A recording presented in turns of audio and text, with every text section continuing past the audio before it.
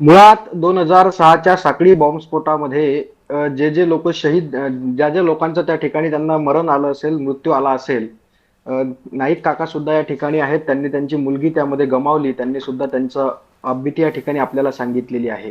आणि 2006च्या साखळी बॉम्बस्फोटामधील आरोपींना त्या ठिकाणी तातडीनं पकडून त्यांच्यावरती खटले दाखल केले गेले. खटले दाखल केल्यानंतर आपण जर पाहिलं असेल तर 2015 मध्ये सेशन कोर्टाने या लोकांना 5 लोकांना मृत्यूदंडाची शिक्षा आणि 7 लोकांना जन्मठेपेची शिक्षा सुद्धा त्या ठिकाणी दिली होती.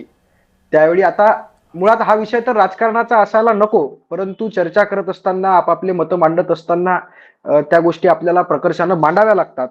आपण जर पाहिलं असेल तर 2015 मध्ये याच पुराव्यांच्या आधारे, याच तपासाच्या आधारावर 5 आरोपींना मृत्यूदंड आणि 7 आरोपींना जन्मठेपेची शिक्षा सुनावल्या गेली.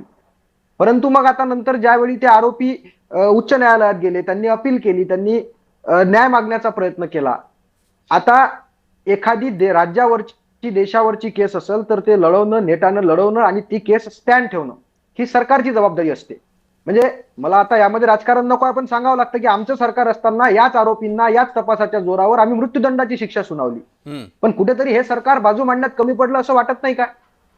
धक्कादायक निकाल आहे. आपण 19 वर्षानंतर सुद्धा, आणि यांच्या काळामध्ये दहशतवाद्यांचं बॉम्बस्फोट असतील, अतिरेकी हल्ले असतील, यांचं काय झालं आपण माहिती घेतली पाहिजे ना. घेऊया, म्हणजे उत्तर घेऊया. अजूनही